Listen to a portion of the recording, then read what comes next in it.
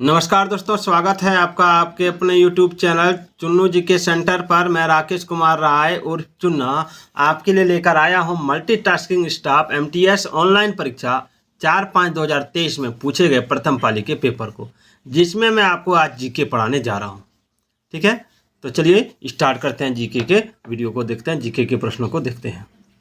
पहला सवाल है, आप देख सकते हैं स्क्रीन पर कि संविधान सभा का जो गठन हुआ था, ठीक है, संविधान सभा का गठन कैबिनेट मिशन की सिफारिश पर किया गया था, जिसने देश में भारत का दौरा किया था। आपका ऑप्शन है 1952, 1959, 1946, 1962। आंसर क्या होगा? देखिए, नवंबर 1946 में संविधान सभा का जो गठन हुआ था, ठीक है, वो कैबिनेट मिशन की सिफारिश पर किया गया था। और मार्च 1946 में ब्रिटिश मंत्रिमंडल द्वारा गठित 3 सदस्यीय कैबिनेट मिशन ने भारत में, ठीक है, पूरा दौरा किया था। तो कब दौरा किया था? तो 1946 में। Option C is the right answer. चलिए आगे बढ़ते हैं। अगला सवाल है, किस युद्ध के दौरान अशोक ने भौतिक अधिग्रहण फिजिकल ऑक्यूपेशन की नीति को त्याग दिया? किस युद्ध के दौरान? ऑप्शन देख सकते हैं, कलिंग युद्ध, तराइन का युद्ध, मगध युद्ध, झेलम का युद्ध। कौन सा हो जाएगा? तो देखिए, इसमें क्या हुआ था कि कलिंग युद्ध हो जाएगा इसका राइट आंसर। ठीक है, कलिंग युद्ध। तो अच्छा डिटेल में बता दूं कि कलिंग युद्ध जो हुआ था, कलिंग युद्ध के बाद मौर्य सम्राट अशोक ने भौतिक अधिग्रहण की नीति को त्याग दिया और सांस्कृतिक विजय पाने की नीति अपनाई। यानी इन्होंने भैरी घोष के बदले उसने धम्मा घोष की नीति अपनाई, क्योंकि इस युद्ध में हुई भारी नरसंहार से अशोक का हृदय दहल गया था, उनका मन बदल गया था। चलिए आगे बढ़ते हैं।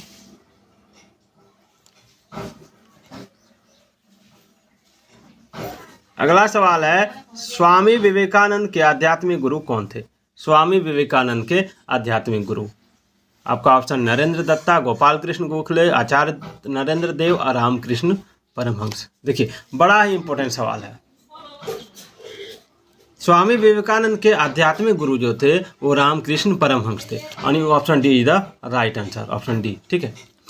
स्वामी विवेकानंद वेदांत के एक प्रसिद्ध आध्यात्मिक गुरु थे और उनका वास्तविक नाम नरेंद्र नाथ दत्त था। उन्होंने अमेरिका स्थित शिकागो में 1893 में आयोजित विश्व धर्म महासभा में भारत की ओर से सनातन धर्म का प्रतिनिधित्व किया था। चलिए आगे बढ़ते हैं। निम्नलिखित में से किस ग्रह को पृथ्वी का जुड़वां ग्रह भी कहा जाता है? देखिए, बहुत बार ये सवाल पूछा गया है, इस बार भी PSC में भी सवाल पूछा गया था। ठीक है, तो देखिए, शुक्र इसका आंसर होगा। शुक्र ग्रह को जो है ना, पृथ्वी का जुड़वां ग्रह भी कहा जाता है, क्योंकि इसका द्रव्यमान और आकार बहुत हद तक पृथ्वी से मिलती जुलती है। ठीक है, और पृथ्वी के सर्वाधिक निकटतम ग्रह भी है ये। अगला सवाल, Which RBI tools refers to buying and selling of bonds issued by the government in the open market? इसमें कुछ इंग्लिश से भी सवाल है। ठीक है, देखिए, इसमें कह रहा है कि खुला बाजार परिचालन, ठीक है, ओपन मार्केट ऑपरेशन जो होता है ना, उसका मतलब क्या होता है कि खुला बाजार परिचालन। ठीक है, इसमें एक ऐसी उपकरण है जो खुले बाजार में सरकार द्वारा जारी बॉन्ड की खरीद और बिक्री को संदर्भित करता है। विच RBI टूल्स, तो इसमें खुला बाजार हो जाएगा। ठीक है, ओपन मार्केट ऑपरेशंस। चलिए अगला सवाल है आपका कि निम्नलिखित नृत्य शैलियों में से कौन सी मूल रूप से तमिलनाडु के मंदिरों में देवदासियों द्वारा की जाती थी और उसे दासियट्टम के नाम से भी जाना जाता है? मणिपुरी, कुचिपुड़ी, भरतनाट्यम, ओडिसी। क्या होगा? देखिए, इसका आंसर हो जाएगा ऑप्शन सी, भरतनाट्यम। ठीक है, इसको देवदासियट्टम के नाम से भी जाना जाता है।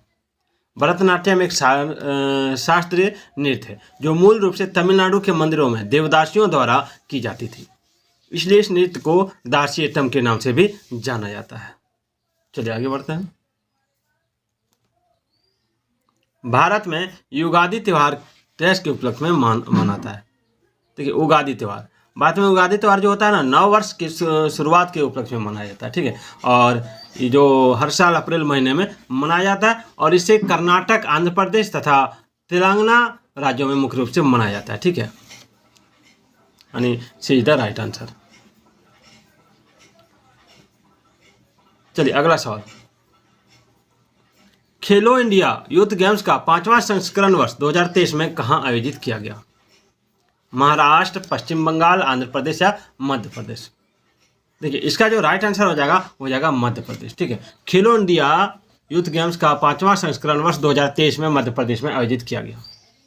ठीक है, लेकिन इसका कुछ खेलों का आयोजन दिल्ली में भी हुआ और खेल इंडिया यूथ गेम्स के पदक तालिका में महाराष्ट्र जो है 56 स्वर्ण, 55 रजत और 50 कांस्य पदक के साथ शीर्ष पर रहा। ठीक है, और वहीं हरियाणा 41 स्वर्ण, 32 रजत और 55 कांस्य पदक के साथ दूसरे स्थान पर रहा था। चलिए आगे बढ़ते हैं। बेलेनोग्लोसस प्राणी जगत के निम्नलिखित में से किस संघ से संबंधित है? बेलेनोग्लोसस, देखिए बेलेनोग्लोसस एक समुद्री जीव है। ठीक है, जो प्राणी जगत के हेमिकार्डेटा संघ से संबंधित है। हेमिकार्डेटा एक समुद्री जीव है। क्या है? समुद्री जीव, सी क्रिएचर। चलिए आगे बढ़ते हैं। बाबर ने मोहम्मद लोदी और सुल्तान नुसरत शाह को 1529 में देश के युद्ध में हराकर भारत में मुगल शासन की स्थापना की। देखिए इसका राइट आंसर क्या होगा? देखिए इसका राइट आंसर जो हो जाएगा, बाबर ने मोहम्मद लोदी और सुल्तान नुसरत शाह को 1529 में घाघरा के युद्ध में हराकर भारत में मुगल शासन की स्थापना की थी। घाघरा का युद्ध होगा इसमें। Option B is the right answer. प्रधानमंत्री ग्रामोदय योजना वर्ष डैश में शुरू की गई थी। कब शुरू की गई थी? देखिए प्रधानमंत्री ग्रामोदय योजना वर्ष 2000 में शुरू हुई थी। ठीक है, जिसका उद्देश्य था प्राथमिक शिक्षा, स्वास्थ्य देखभाल, पेयजल, आवास, ग्रामीण सड़कों जैसी ग्रामीण जरूरतों को पूरा करना था। अगर आप जानते हैं कि सन 2000 में भारत का प्रधानमंत्री कौन था तो कमेंट कीजिएगा। चलिए आगे बढ़ते हैं। थोड़ा सा ब्लड आया, कोई दिक्कत नहीं। मशहूर कलाकार सितारा देवी की 101वीं जयंती पर निर्माता राजश्री आनंद ने उनके जीवन पर एक चलचित्र बनाने की घोषणा की। सितारा देवी एक प्रसिद्ध डैश थी, क्या थी? देखिए सितारा देवी भारत की प्रसिद्ध कथक नृत्य थी, कथक। ठीक है, इसमें क्या हो जाएगा? कथक, यानी option B is the right answer. ठीक है, चलिए आगे बढ़ते हैं। निम्नलिखित अधिनियमों में से किस अधिनियम ने द्वैध शासन की शुरुआत की? अर्थात कार्यकारी पार्षद और लोकप्रिय मंत्री दोनों का शासन। इसका मतलब होता है द्वैध शासन, कार्यकारी पार्षद और लोकप्रिय मंत्री दोनों का शासन। देखिए इसका जो राइट आंसर हो जाएगा वो हो जाएगा आपका मॉन्टेग्यू चेम्सफोर्ड। ठीक है, Montagu Chelmsford is the right answer. Bharat सरकार अधिनियम। ठीक है, 1919 इसी को कहा जाता है, याद रखिएगा।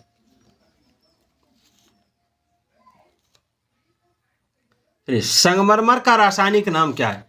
संगमरमर का रासायनिक नाम आप जानते होंगे। संगमरमर का रासायनिक नाम क्या है? Calcium hydroxide, magnesium oxide, calcium carbonate या सोडियम हाइड्रोक्साइड? देखिए कैल्शियम का जो रासायनिक नाम है वो है आपका कैल्शियम कार्बोनेट। कैल्शियम कार्बोनेट, यानी सी इज द राइट आंसर। ठीक है, इसको किस तरह हम लोग संकेत दिखाएंगे? तो CaCO3। ठीक है, इस तरह दिखाएंगे, कैल्शियम कार्बोनेट। चलिए आगे बढ़ते हैं। 2001 की जनगणना के अनुसार भारत में नगरीय जनसंख्या का प्रतिशत कितना था? अनुमानित सीमा प्रदान करना। 2011 की जनगणना के अनुसार, 2011 की जनगणना के अनुसार। देखिए इसका जो राइट आंसर हो जाएगा वो क्या हो जाएगा? तो इसका राइट आंसर हो जाएगा ऑप्शन डी, 30 से 35%। ठीक है, 30 से 35%। 2011 की जनगणना के अनुसार भारत में नगरीय जनसंख्या का अनुमानित सीमा 30 से 35% थी। और 2011 की जनगणना के फाइनल आंकड़े के अनुसार भारत में नगरीय जनसंख्या जो है 31.16% तथा ग्रामीण जनसंख्या 68.84% थी। याद रखिएगा। निम्नलिखित में से किसे ठुमरी की रानी के नाम से जाना जाता था? ठुमरी की रानी के नाम से देखिए सिद्धेश्वरी देवी, बेगम परवीन सुल्ताना, गिरजा देवी, गंगूबाई हंगल। देखिए इसका जो राइट आंसर हो जाएगा वो हो जाएगा आपका ऑप्शन सी, गिरजा देवी। भारत की प्रसिद्ध शास्त्रीय गायिका गिरजा देवी को ठुमरी की रानी के नाम से जाना जाता है, क्योंकि ठुमरी गायन के परिष्कृत करने तथा इसे लोकप्रिय बनाने में इसका बहुत बड़ा योगदान था। ठीक है, और उन्हें भारत सरकार द्वारा पद्मश्री 1972 में, पद्म भूषण 1990 में तथा पद्म विभूषण पुरस्कार से सम्मानित किया गया था। चलिए आगे बढ़ते हैं। कोदो, कुटकी, हड़का, बावटी डैश के उदाहरण है। किसका उदाहरण है? देखिए कोदो, कुटकी, हड़का, बावटी बाजरा की तरह एक प्रकार का मोटा अनाज है, बाजरा की तरह, ठीक है ना। तो ये जो हो जाएगा, ये सभी मोटे अनाज प्रोटीन समेत कई पोषक तत्वों के अच्छे स्रोत माने जाते हैं, यानी बाजरा हो जाएगा, बाजरा के उदाहरण।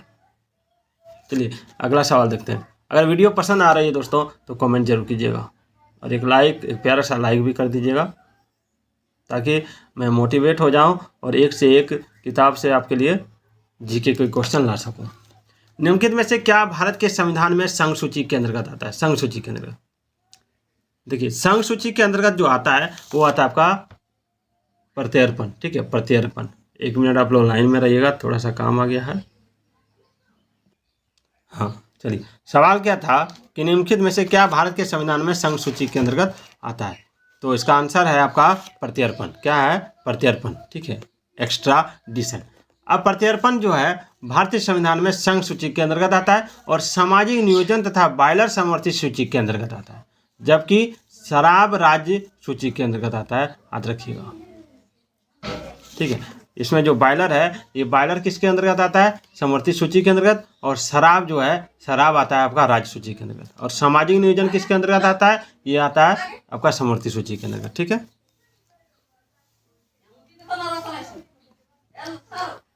चलिए, कवास थर्मल पावर स्टेशन निम्नलिखित में से किस राज्य में स्थित है? राजस्थान, पश्चिम बंगाल, गुजरात, महाराष्ट्र, क्या होगा?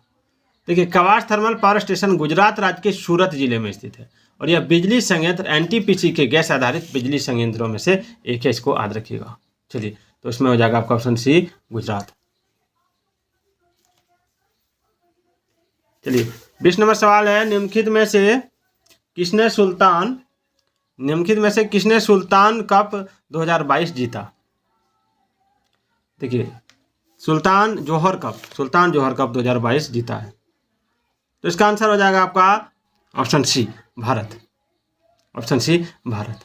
मलेशिया में आयोजित सुल्तान जोहर कप 2022 अंडर 21 पुरुष हॉकी टूर्नामेंट भारत ने पेनाल्टी शूटआउट में ऑस्ट्रेलिया को हराकर जीता।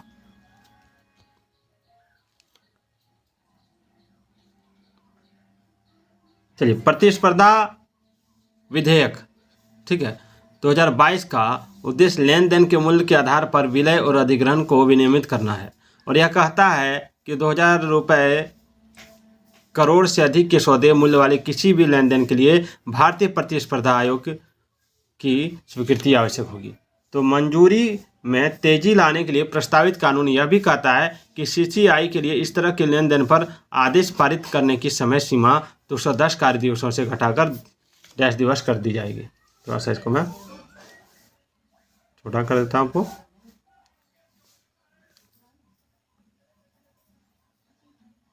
देख सकते हैं इसका। तो इसका जो राइट आंसर होगा वो क्या होगा? देखिए, प्रतिस्पर्धा विधेयक 2022 का उद्देश्य लेन देन के मूल्य के आधार पर विलय और अधिग्रहण को विनियमित करना है, ठीक है। और यह कहता है कि 2000 करोड़ रुपए से अधिक के सौदे वाले किसी भी लेन देन के लिए भारतीय प्रतिस्पर्धा आयोग की स्वीकृति आवश्यक होगी। तो मंजूरी में तेजी लाने के लिए प्रस्तावित कानून यह भी कहता है कि सीसीआई के लिए इस तरह के लेन देन पर आदेश पारित करने की समय सीमा 210 कार्य दिवसों से घटाकर 150 दिवस कर दी जाएगी। कितना कर दी जाएगी? 150 दिवस। चलिए आगे बढ़ते हैं। आशा करता हूं दोस्तों वीडियो आपको पसंद आ रही होगी, क्योंकि सारे सवाल परीक्षा में पूछे गए सवाल है। अगला, आगरा का किला 16वीं शताब्दी में डैश द्वारा बनवाए गए लोकप्रिय मुगल स्मारकों में से एक है। कौन बनाया था आगरा का किला? देखिए, आगरा का जो किला है वो अकबर के द्वारा बनाया गया था, ठीक है। किसके द्वारा? अकबर के द्वारा। और इसे 1983 में यूनेस्को के विश्व विरासत सूची में शामिल किया गया है, याद रखिएगा। देखिए, यूनेस्को का जो विश्व विरासत सूची है उसमें आगरा का किला को शामिल किया गया, इसलिए ये क्वेश्चन इंपॉर्टेंट है। निम्नलिखित में से किस रसायन का उपयोग विसंक्रामक के रूप में जल को शुद्ध करने के लिए किया जाता है? आपका ऑप्शन है टेफ्लॉन, फास्फर, एथेनॉल और क्लोरीन। तो देखिए, इसका राइट आंसर क्या होगा? क्लोरीन। क्या हो जाएगा? क्लोरीन, ठीक है। क्लोरीन का उपयोग विसंक्रामक के रूप में जल में को शुद्ध करने के लिए किया जाता है, ठीक है, याद रखिएगा। उपन्यास द पैलेस ऑफ इल्यूजन्स द्वारा लिखा गया है, ठीक है। उपन्यास द पैलेस ऑफ इल्यूजन्स द्वारा लिखा गया है। क्या लिखा गया है? तो इसका जो राइट आंसर होगा वो क्या होगा? यानी ये जो उपन्यास है किसके द्वारा लिखा गया ये पूछा गया है। तो इस उपन्यास को लिखा आपका चित्रा बनर्जी दिवाकरुणी ने, ठीक है। और इसमें जो है हिंदू पौराणिक महाकाव्य महाभारत को प्रमुख महिला चरित्र द्रौपदी के दृष्टिकोण से बताता है, ठीक है। चलिए अंतिम सवाल आपके लिए है। सवाल है कि केंद्रीय मंत्रिमंडल निर्मला सीतारमण ने 2022 में यह घोषणा की कि वह डैश प्लेटफॉर्म लॉन्च करेगी जो ओरिएंटल और दक्षिण एशियाई अध्ययन के लिए एक ऑनलाइन शिक्षण प्लेटफॉर्म है। तो इसका आंसर क्या होगा कमेंट कीजिएगा। तो आज का ये वीडियो कैसा लगा कमेंट जरूर कीजिएगा। तो फिर मिलते हैं, तब तक के लिए अलविदा।